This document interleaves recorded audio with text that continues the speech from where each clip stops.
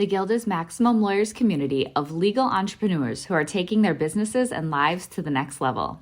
As a Guild member, you'll build relationships, be held accountable, and learn strategies specifically designed to get you unstuck and accelerate your plan for growth. Members are also granted exclusive access to masterminds hosted around the country. Our next event is coming up, and we're heading to Scottsdale, Arizona. There's something truly magical about the power of these in-person connections where real-time breakthroughs happen. Picture this. You're surrounded by like-minded law firm owners tackling your business and mindset challenges together. The energy is electric, the insights are transformative, and the results are game-changing. Investing in yourself is the best decision you'll ever make.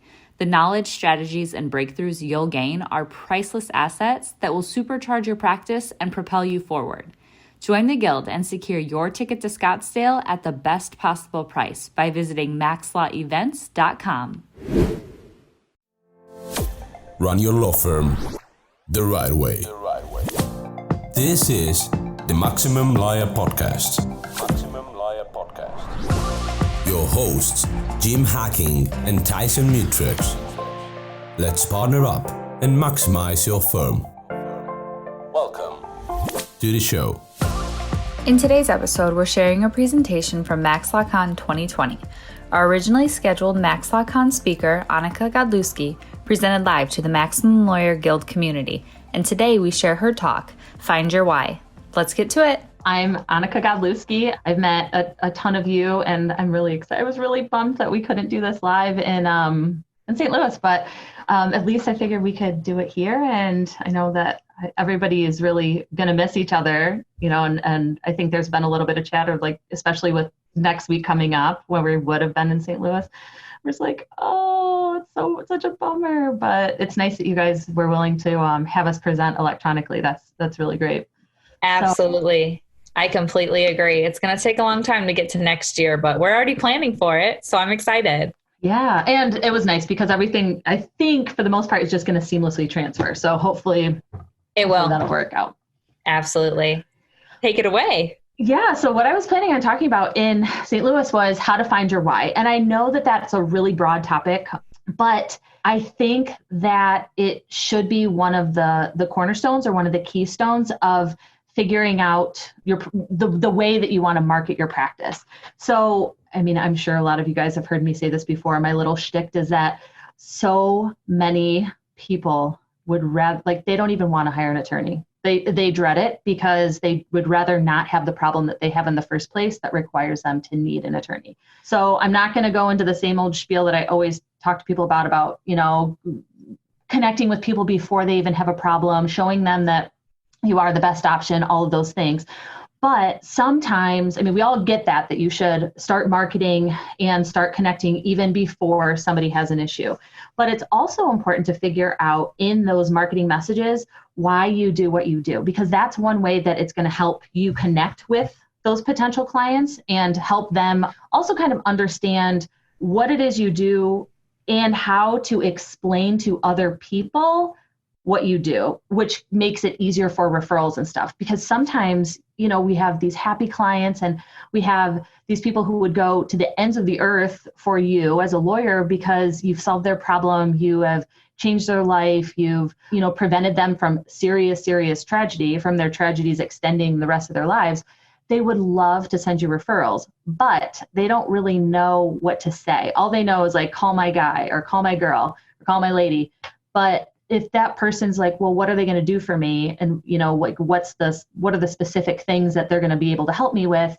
It's sort of, there's maybe a little piece missing, right? Because they don't know exactly, all they know is that the problem was solved. So I guess that's a long-winded way of introducing the what's your why.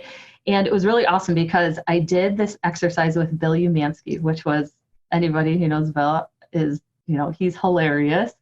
And I said, okay, well, let's just try this out. And I will say that in the Guild, there are a series of videos that you can watch, and it'll break all of this down. All these different questions are completely broken down. They have videos to go with each stage of figuring out your why, and then a worksheet that you can download too. So if it sounds like I'm jumping all over the place, because let's face it, I do. You all know me. Feel free to go to the videos and you can get my full in order thing. But at its core, figuring out your why is what gets you out of bed in the morning, why you do what you do, and what makes you feel like you're the best option for your potential clients. And again, like it is a very broad topic, but if you can kind of narrow down what your passion is, it'll help you talk about your firm and not so much of a, I'm a lawyer and I can solve all your problems, but more like a, hey, I've been there. I've dealt with crazy, stressful situations too, and I want to prevent you from having to deal with the same thing. So the main, like the basic outline of figuring out your why is to do some exercises with yourself. I will, I had all these like really cool like headings of which ones are which. So I'll share my screen with you and you can see them because I'm finally getting a little bit better at PowerPoint. So I was so excited that they looked so good. But so the first question that I encourage people to ask is, who's the real you, right? Who are you? And I'm not talking about what type of law you practice. I'm not talking about where you went to law school. I'm not talking about, I don't know, when your family came to the United States. I'm talking like, who are you when you're not in the office? What do you like to do? What are your hobbies? Maybe you are an avid cyclist. Maybe you and your family love to rock climb. Maybe you have a passion for volunteering. Who are you? If you didn't have to be at the office, what would you be? And time and money were no option or no issue at all. What would you be doing with your life? And that kind of forces you to think about what your clients are also preferring to do. Like, do they enjoy spending time with their family the same way that you do? Do they like walking their dog? Do they enjoy, getting up early and watching the sunrise?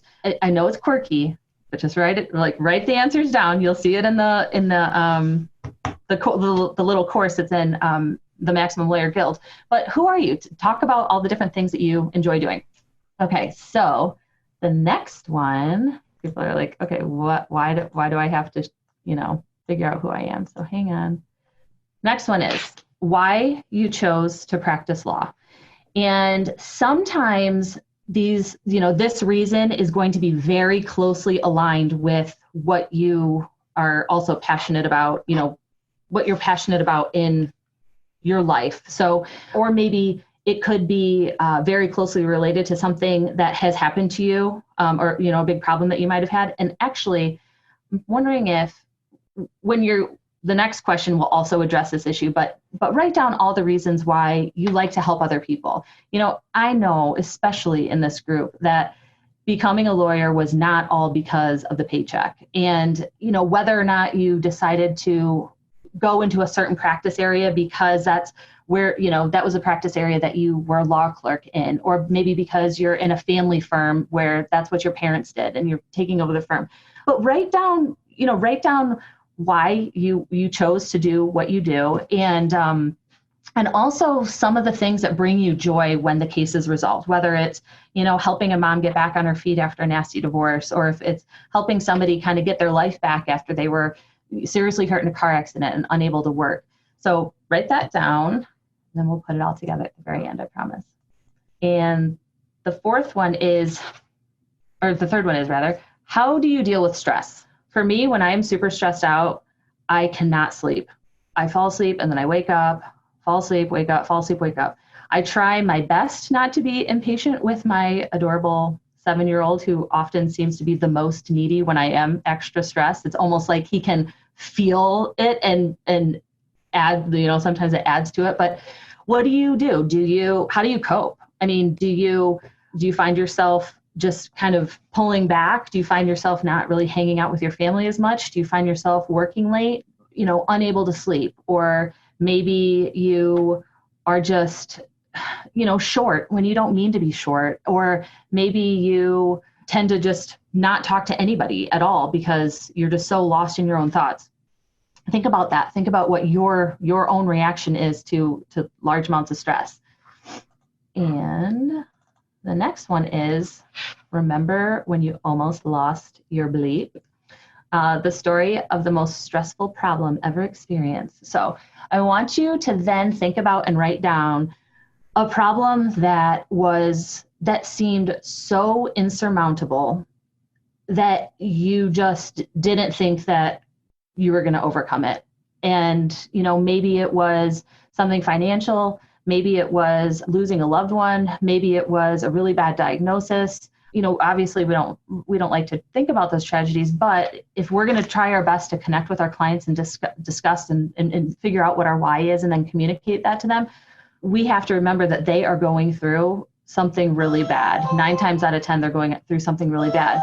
So this is a good way to connect with that and to try to think of how they're thinking. So what is, think of a problem that was really scary for you, write it down, and try to think about also what the circumstances were that led up to that problem. Maybe for a car accident, right? You have this horrible car accident, and the beginning stages of it were that you didn't really think about the insurance coverage, or you didn't really think about, you thought, I'm invincible, nobody's ever going to hit me. And then all of a sudden the car accident was a problem, of course, but even a bigger problem was that now you're dealing with all these insurance companies, and you don't have enough coverage because you didn't even think about it. So think about life before this big problem, and then how life before and maybe a decision or lack of decision caused extra problems later. Again, this probably isn't going to make much sense as I go through it, but when we put it together, you'll see. Hey guys, it's Becca here. I'm sure you've heard Jim and Tyson mention the Guild on the podcast and in the Facebook group. That's because we're seeing some really exciting things happening with Guild members and their businesses. The Guild is this perfect mix of a community, group coaching, and a mastermind. Inside, you'll gain support, tap into a network of connections, and continue learning. A common theme among successful entrepreneurs. There are so many benefits inside the Guild, including weekly live events and discounts to all Maximum Lawyer events. Head over to MaximumLawyer.com/the Guild to check out all of the benefits and watch a few testimonials from current members. Investing in a community is like the self-care of business ownership. Being in a community with other people who get it is crucial when you're creating a rock-solid foundation to build your business on, one that's strong enough to withstand setbacks, transitions, and growth. So head to MaximumLawyer.com and click on the Guild page to join us. Now, let's get back to the episode. Then I want you to think of how that problem was resolved, right? How did you see the light at the end of the tunnel? The feeling of having your stressful problem solved. How did you get there? What did you receive help from a family member? Did you have to hire an attorney of your own? Did you have, were you shown some grace by a company that really didn't have to do whatever it was that they did to help solve that problem? What was the solution and how did it come about? And then how did you feel after you received that solution, or after everything was over? I mean, for me, a lot of the crazy stuff that's happened even recently in my life, when a problem is finally solved and I don't have to think about it anymore, I feel like there is a huge weight lifted off my shoulders, and I feel like I can breathe again, and I feel like I can not cry at the Hallmark commercials that are on TV, or I can not pick out a Mother's Day card without tearing up, like silly stuff like that. But I know it sounds a little goofy to describe things in such mundane detail, but believe me, if you write it all down, it will help you when we put it all together. And I can sleep again. So figure out what it is, think about how you deal with stress. Think about a problem that caused you a lot of stress. Think about how you felt during that problem and how you were able to resolve it, and then how you felt afterward. And another thing that I think is important, again, it's mentioned in the courses, is when you're figuring out, when you're identifying what the solution was and who it was that helped you, how did you feel toward that person or that company? Did you want to say thank you, write a thank you card? Did you want to give a good testimonial? Did you want to give them a hug? Did you want to, sing from the rooftops their name and tell everybody around you about them? Chances are that you are so relieved and you're so thankful that the problem was solved that you want to do anything to show your appreciation for them, and then also how to give other people dealing with the same problem that you did the gift of having that other person as a solution. So you're really, probably chomping at the bit to make the referral. So when we put this all together, And again, there's a worksheet. So I keep saying that, but I always get nervous on these things. So whatever.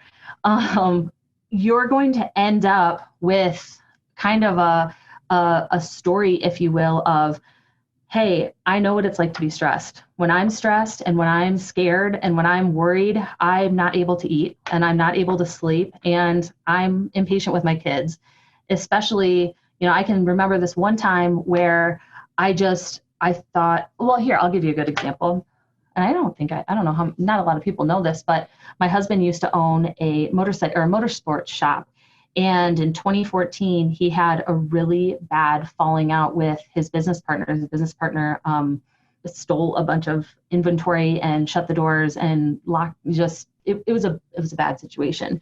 And my husband had to file bankruptcy, and it was terrifying because he had put his heart and soul into that place. And for the past 8 years, we had an 18-month-old baby at home, and I was scared shitless, terrified, and I really didn't think that we were going to figure out a way to overcome it. We had only been married for a few years, and that's tough as it is.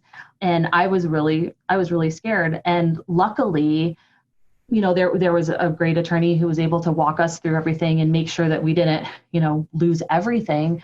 But after it was over and after my husband went back to work, and blessing in disguise that happened, because life is so much better now, especially for my husband, than it was with that company. Anyway, I felt a lot of relief, right? So how do you feel when you're stressed? What is a problem that you can think of that caused you the most stress you've ever felt in your life? What was the resolution, and how did you feel when it was over?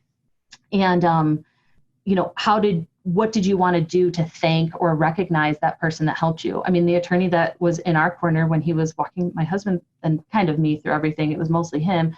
But we were so grateful. And I was grateful because he was able to figure out everything and help us in such a way that it didn't ruin my life. Like he was able to separate everything, like my own personal things, from what Brian had going on, because it was for a business. But, if we wouldn't have had somebody who was so diligent in trying to preserve our family's well-being, then maybe the outcome wouldn't have been the same way. So, we like to thank that guy, leave him a good testimonial, and, recommend him to other people.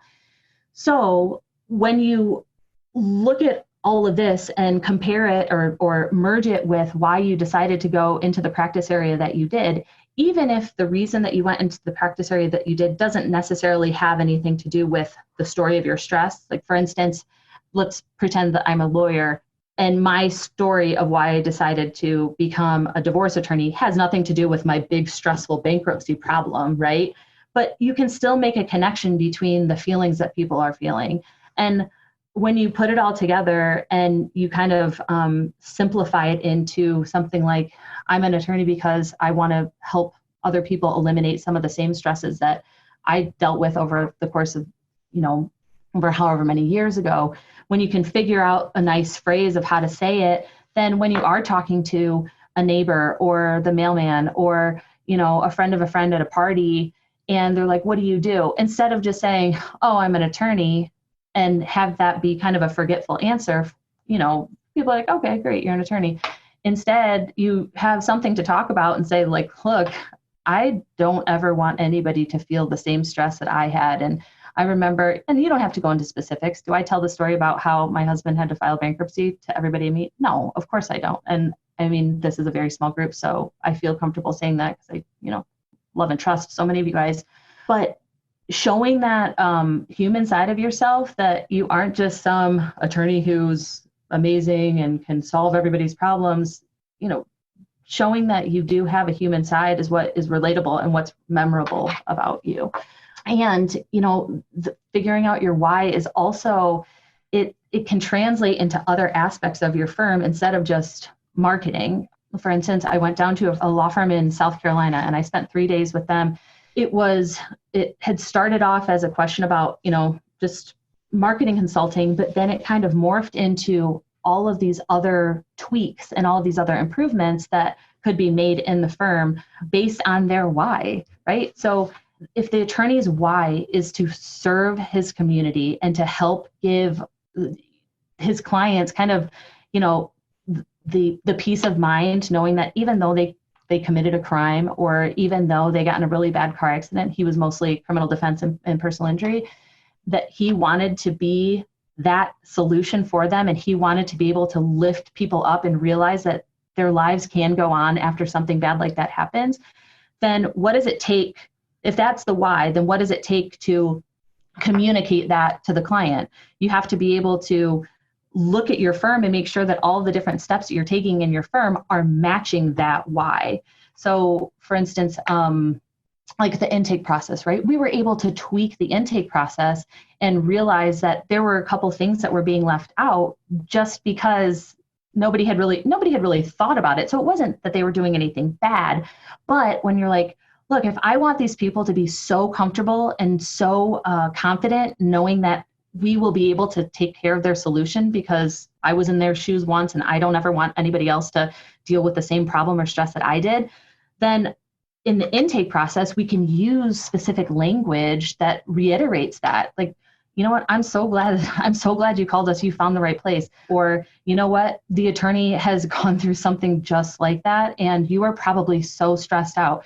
I remember when, and again, in intake, I know that time is of the essence, so you don't have to necessarily go, this is kind of a weird example because you can't always go into this long spiel when you're on the phone and trying to sell somebody. But, you know, how would you feel if you call up a firm and the intake person is like, oh my gosh, I'm so happy that you found us because my boss has gone through the same exact thing. And he used to tell me all the time when he was dealing with, you know, a DUI that was like he should have never gotten it. And he was terrified of losing his nursing license. He was stressed out. You must be feeling so stressed out. You must be completely unable to sleep.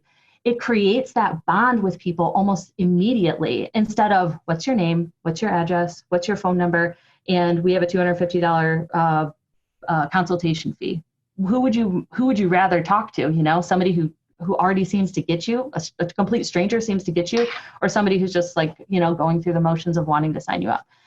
So I know that this is kind of it definitely will take a little bit more work, right, than just 10 minutes of writing all this stuff down. But even if you have 10 minutes, just, you know, go through the exercises. And I think it'll help you discover a lot about yourself that will then give you the confidence to explain it. Like the more you practice it, the more you'll be able to explain to other people, you know, hey, this is why I do what I do. And these are the feelings that I had when I was in your shoes. So not only will that be able, like that ability to communicate your why help with potential clients, but I mean, for this firm down in South Carolina, it was able to connect this guy to his staff too, because the staff, you know, it's easy for a staff member to see this attorney as, you know, the guy who signs their paycheck and the guy who tells them what to do and the guy who, you know, has all these rules. But if they really understand the reason that you do get out of bed every morning, then they're going to share with you the reason that they get out of bed every morning. And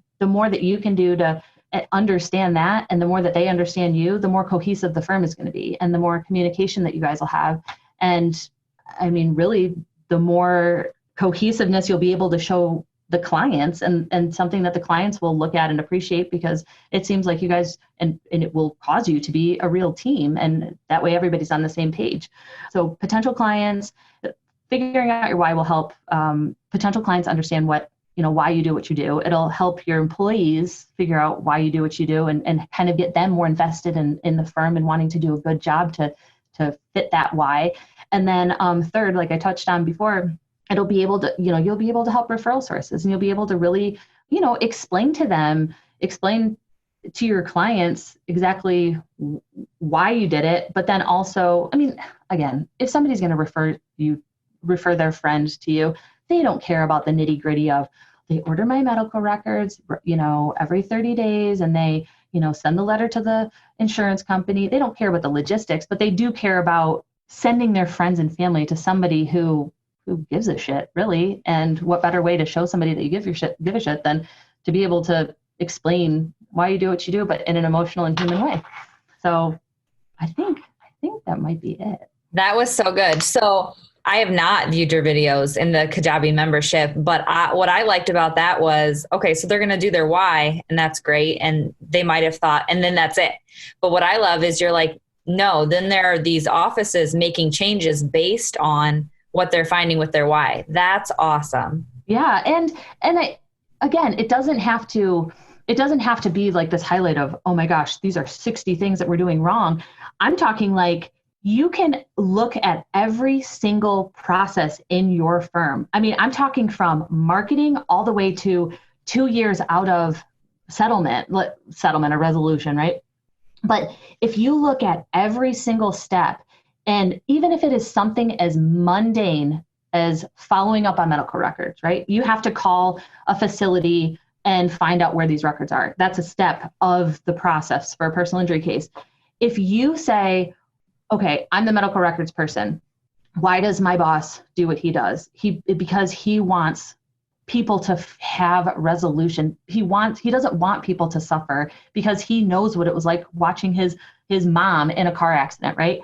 So when this medical records person is on the phone with the person, if the why is to help other people so that they don't have to suffer anymore and so that they can get a resolution in a kind way, then, and that has been communicated to the employees, you can integrate that feeling and that phrasing right in the way that she asks for the medical records update.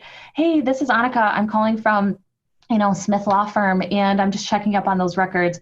I know that it's probably annoying to, have to deal with all these requests, but we really want this client to not suffer anymore. And they've gone through so much. So is there anything that you might be able to let me know about when they might arrive? So humanizing that, right? And showing the client, showing that the why behind why you want those records is at the core to help the client get better.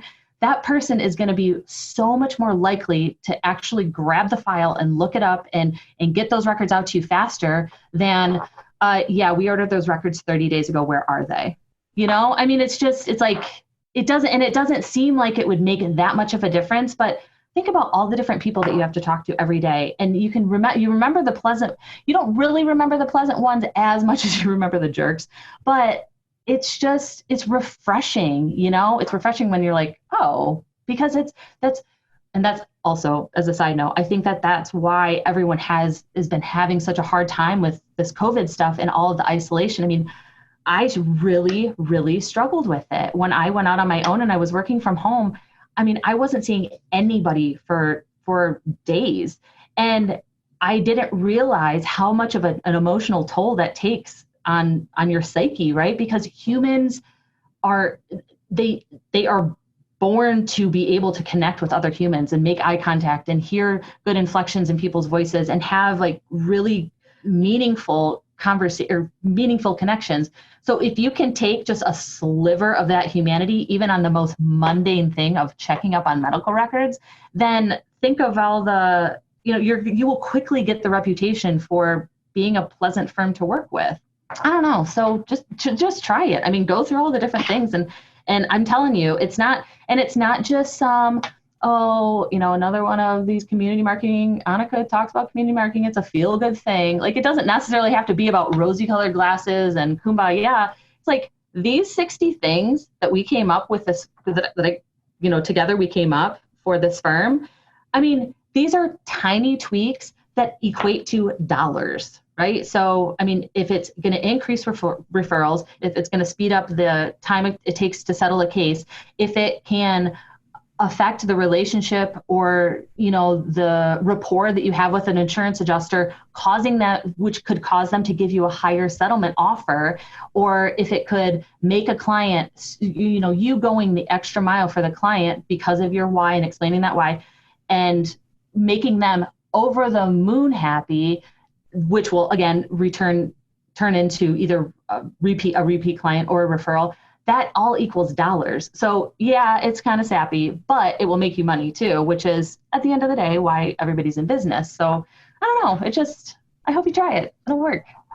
Absolutely. That's awesome. I think in, say a week or two, we should check in with the group too and see, who's watched this video, who's hopped into Kajabi and done it, and maybe even chat about what they found or maybe changes that they're going to make too. That'd be cool. Yeah. And I think Bill has a podcast coming out soon with us doing this exercise for him, and it'll be really funny. So you guys have to make sure. The Lawman, I think he calls it the Lawman podcast, but I don't know. Look for it's on Facebook somewhere, but it'll be pretty funny and we should link it up too. Absolutely. Yeah. Yeah. Be good. Awesome. Well, thank you so much for your time today. You guys. I really appreciate it. And bye, everyone. Thanks, Becca. Bye. Thank you. Thanks for listening to the Maximum Lawyer Podcast. To stay in contact with your hosts and to access more content, go to MaximumLawyer.com. Have a great week and catch you next time.